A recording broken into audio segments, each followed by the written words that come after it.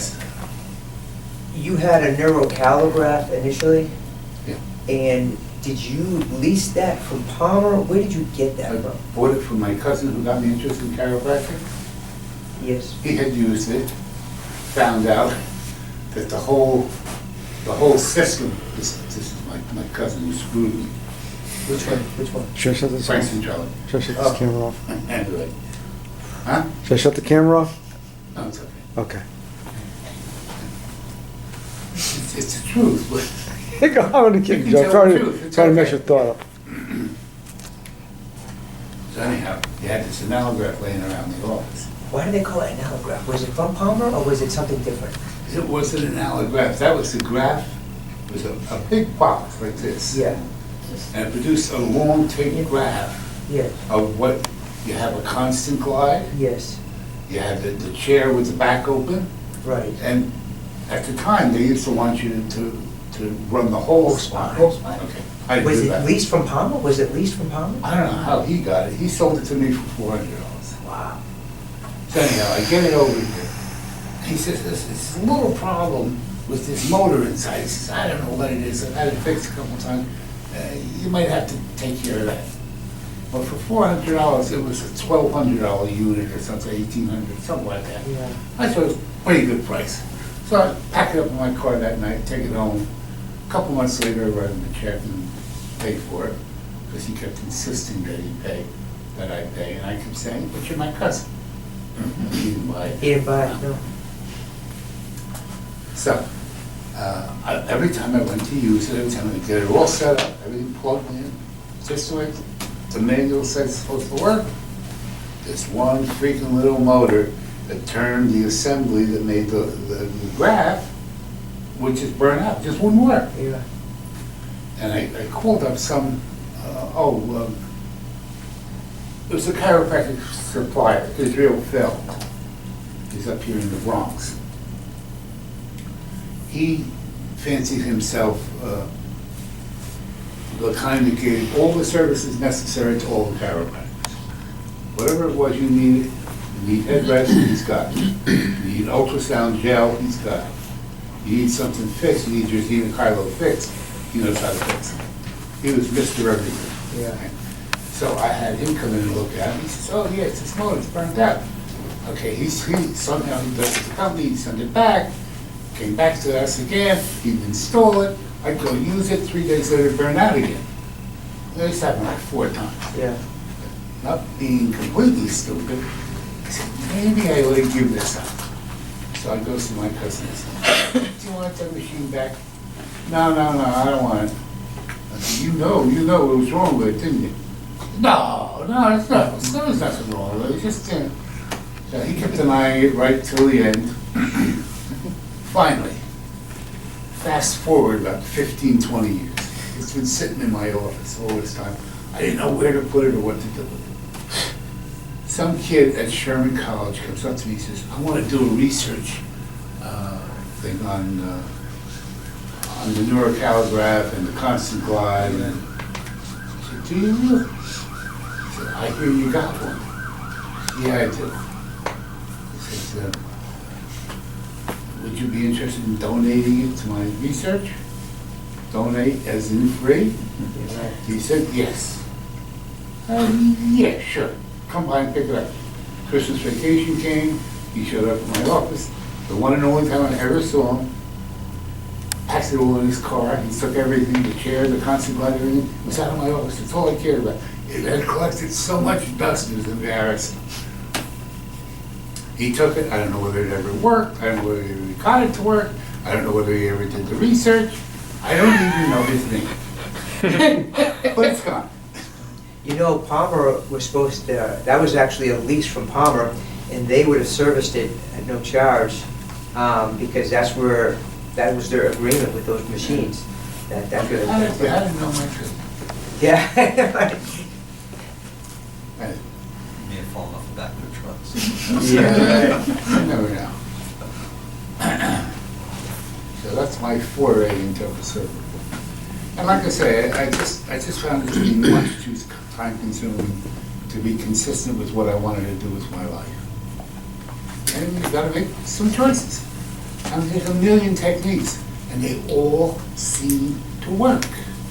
How do you figure that? You know what I've concluded after 49 years? When we introduce a force, we mobilize a 4 or 5 segment area. In the mobilization, innate is now able to correct the subluxation it couldn't before because it was immobile. I agree. I might have discovered something, or I might be full of crap. Who knows? But there's something going on. I wish I knew what an adjustment did and what a subluxation was. They keep talking about all this research. McCoy's always writing up all this research. And it's always about symptoms, what diseases go away under chiropractic care. Why doesn't he do some research on what is a subluxation? How do we correct it? How do we know it's gone? How do we know it's here to start with? Would that be helpful for us? I would do evidence-based chiropractic then. Give me that information. That would be helpful. Nobody wants to do that. Maybe because it can't be done. Maybe because it's too hard. I don't know. Anyway, where were we? What is chiropractic care? And the form is filled out. You make an appointment for the husband and wife. And like I said, people don't have husbands and wives if they're young singles and say, you have a boyfriend? Oh yes, I do. Good, put you in with it. Because what we got to say is going to help him too. You have a fiance, engaged? I see you got a nice ring on there. Engaged? Oh yeah, I just got engaged a couple months ago. Okay, why don't you bring your future husband with you? Because this is an involved thing, this chiropractic. It's not going to be 1 or 2 visits. Yeah, I know. My friend Mary comes here. She's here every week. I said, yeah, I know. She's a great patient, and she is doing just great under chiropractic care. She's a much better expression of life, don't you think? Yeah, she's full life. She had no idea what I was talking about.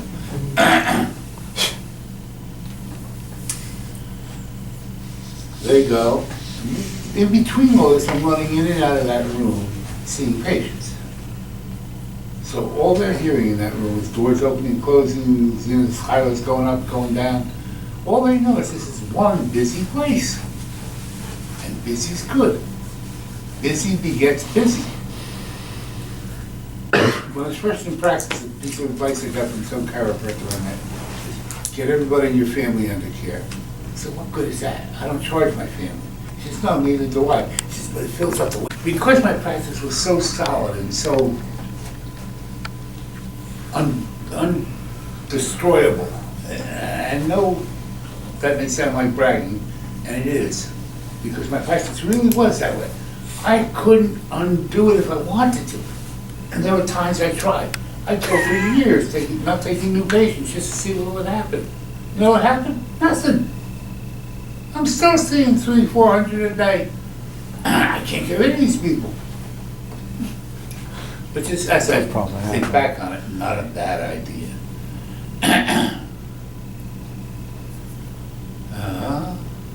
Okay, what was next? You come back that night. They're coming back for the orientation. Okay, coming back for the orientation. Now, when you're first in practice, you have all this compassion, sympathy, right? So, normally, if they came in on Monday, to get to the first visit, their orientation lecture would be Wednesday. But they were hurting so bad, and I had such pity for them, because I really am a decent human being. No matter what my wife says, I am. So I'd say, well, you gotta wait till Wednesday. And say, oh, but I'm in so much pain. Well, I'm not gonna treat your pain, but I'm gonna respond to it. So now I'm sending next messages. So I would have them come back for their orientation Monday night. I would get them started because they're in pain. But chiropractic is not about treating pain. You see how that goes? Don't let your actions belie your words. Then your words are meaningless. So what I used to like to do is, if it's Monday, well, the next orientation that we have room for you will be a week from Wednesday. And make them wait 10 days, see what happens. They'd wait, because they heard that much about you. You really are as great as you say you are. It takes a little guts to do this, but boy, it's great stuff. Make them wait 10 days before they can come in. Aren't you gonna give me an adjustment today? Bless you. Aren't you gonna give me an adjustment today? No. Well, but I'm in a lot of pain. And pain is a result of your own stupidity. I didn't do that to you. Why do I have to do that? I don't have time. I gotta develop the x-rays. I gotta take care of all these other people out there in the waiting room. I can't just stop everything for you. That's the attitude. Those aren't the words. You don't want to say those words. But that's the attitude. Yes. So it's obvious that you're, in a way, you're creating boundaries, which seem like barriers, right, to the untrained mind. Like my mind, that's like, oh man, and a lot of times I feel like I am whittling down. I don't get a ton of new people either, but then you're just hammering on it and whittling it down and whittling it down and whittling it down to, I guess by the time you do get someone to go through all these hoops, you're gold, right? But you're really whittling it down. It seems like you're front loading the strife. Front load's a perfect word. The whole purpose of my office procedures are to front load the new patient, to get rid of the crap. Most people wait to get rid of the crap while they collect the fee, finding out then 3 weeks later, that guy was crap. I find out the first day. So in that process, are you, some of the guys who, the reverse, we'll take the reverse example. There's these guys who do these practice management stuff, and the guys who are getting 50 new patients a month for 5 years, and then all of a sudden they realize they burned out their community, right? Everybody's run through their office at a certain point. But aren't we kind of maybe doing the same thing, that we're getting a lot of our new people aren't going to stay because we're shifting through this and we're burning it out too? I see what you're saying, but no, I don't think so. Okay. Like, he was a pain in the ass. I had to come to the talk. I didn't want to come to the talk. And don't go there. You got to go to a talk. That kind of thing. But it's not a good limit. So now a guy who's going to call me, who was going to call me, who wasn't going to come to my lecture because he didn't want to, will be calling me. Right. What's the difference? Either way, it's not a patient. Right. I'm just making certain what's going to happen is going to happen, that's all. These are the rules. This is the way it works here. This is my practice. Never had anybody knock on my door. 40 years. Really? 46 years. Even here, you never had one? Never. Because I made it quite plain. Well, you had the line. You better have some really good freaking reason for knocking on my front door. I shouldn't say never. There have been 2, I think. But they'll call you. Huh? They'll call you, schedule an appointment if they can't make your regular hours? No, these are people who just knock on the front door. Okay, walk-ins, I got it. I was passing by and I thought I'd stop and see if you're available. Do I look available? It's my house. Behind me is my living room. Does this look like my office? You see the sign up there, it says office? And you shifted me, whenever I saw you last.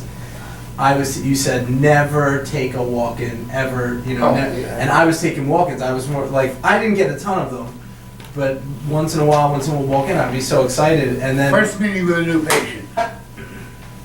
You both got equal and opposite forces. One of you has to win. You've got to win for the sake of the new patient. You've got to be in control. Because you is the chiropractor. You is the one with the license. You is the one with the education. If they're telling you when they're coming in, if they're coming in, how they're going to do it, where they want to be adjusted, and you're going along with it, You're a damn fool, and you're worse than that. You can be bought. So now we know what yours, it's a matter of what your price is. You're a prostitute, is what you are. Yes. Question, so what does that look like when you're just starting out?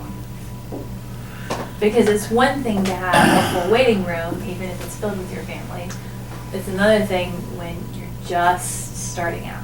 Where is that line? Without That pushing decision everything. has to be made by the Because parents. personally, I am generally a pushover. But when I step up, I'm way too like I'm way too harsh, so I really don't have a good balance Yeah, there. yeah, maybe you need to work on the balance thing. Maybe I do. But, I mean, my answer is kind of like, you know, at what point in your life do you want to decide to do what's right, not expedient, what you're going to will compromise? I do what's right. If I happen to be my third week in practice, it's my third week in practice, but I do what's right. And my experience is that when I do what's right, I'm rewarded. That for that one that you're not taking, they call it the Medusa effect on Facebook. Hydra. Hydra. That's that Greek stuff. Yeah, all right.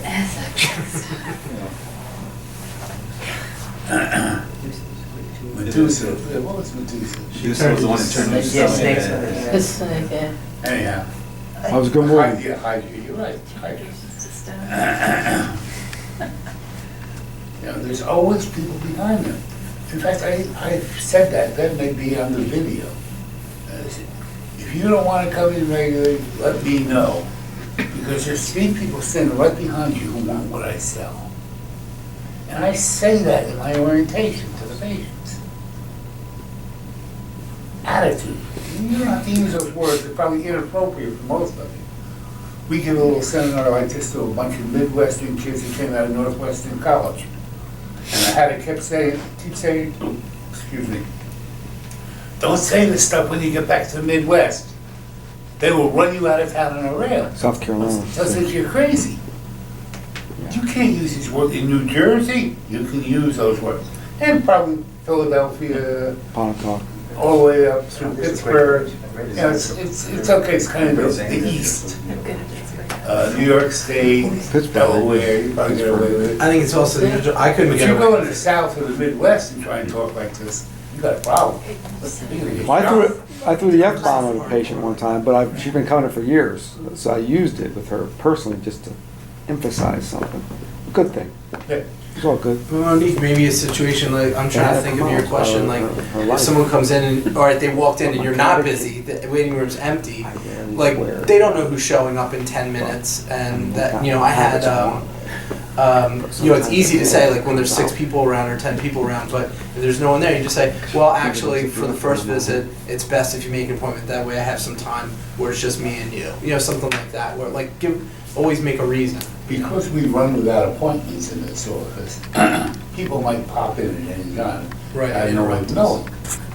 So I want to be sure we have time just for you and me, so that I can listen in. No patient would not want that. That's exactly their complaint every time they go to a doctor. Oh, he rushes me in, he rushes me out, and he has a chance to ask him a question. I started doing that since he said it actually makes a difference, and they all make the appointment, because what doctor's office on planet Earth would you just walk into off the street and like, sure, we'll rush you right back. I mean, an ER, that's the only place. You know? I don't know how often any of you go to an MD or a DO or whoever, family doctor. But you couldn't walk in there and expect to be seen, not in this month. You know? They'd say, oh, well, doctors, I can find an opening. Even the walk-in That would be clinic. all right. Okay, great, have a seat. Exactly. Half hour later. Yeah, the doctor's on his lunch break. Maybe if you had called, you'd know that.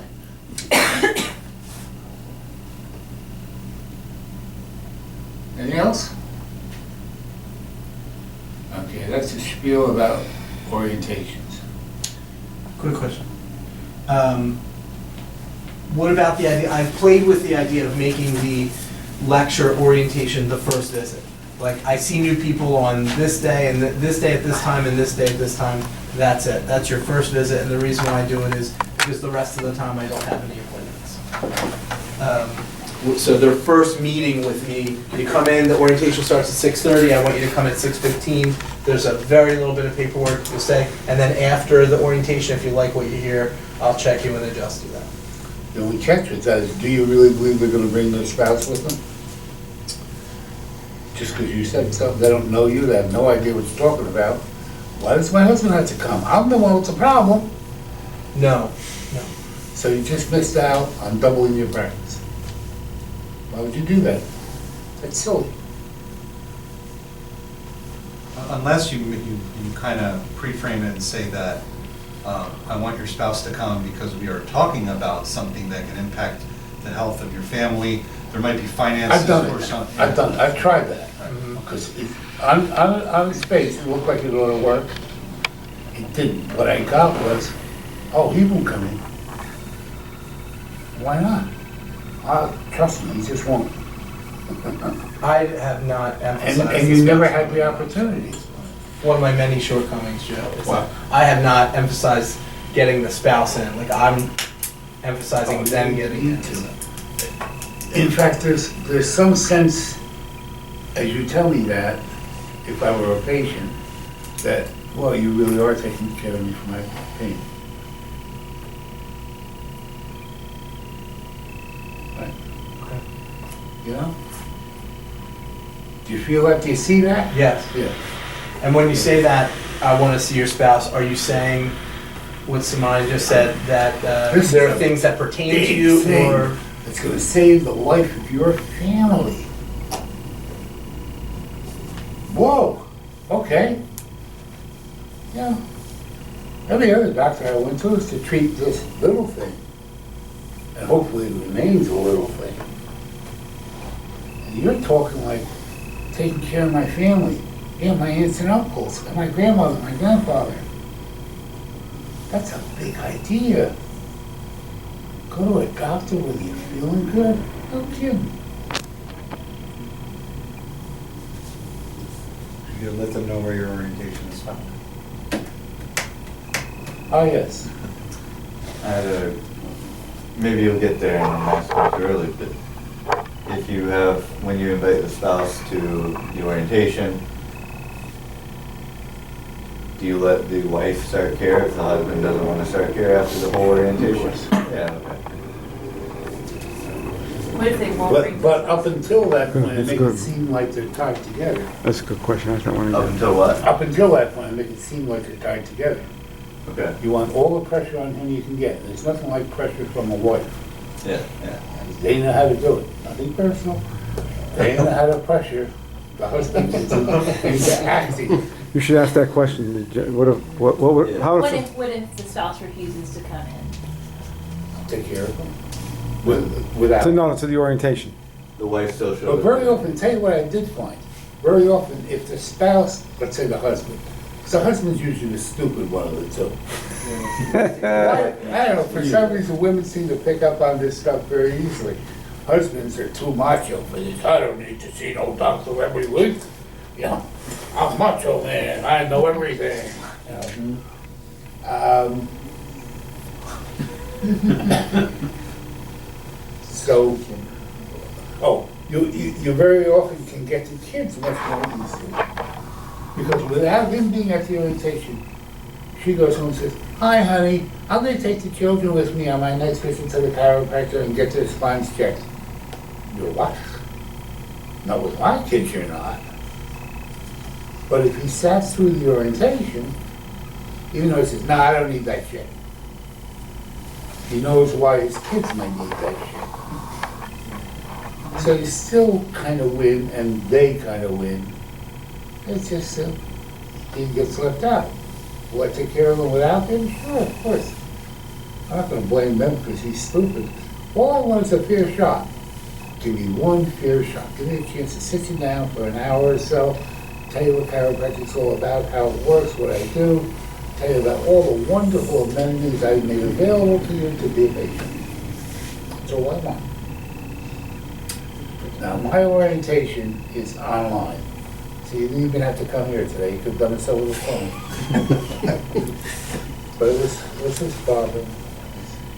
It was his fault. My fault. I wanted to just tell you over.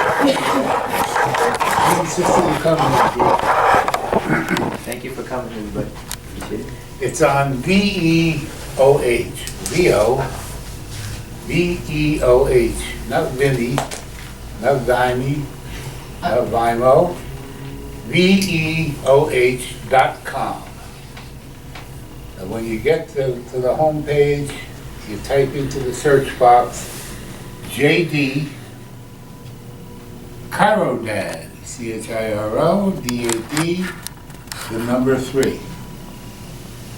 And you will find about 7 hours of Joe D.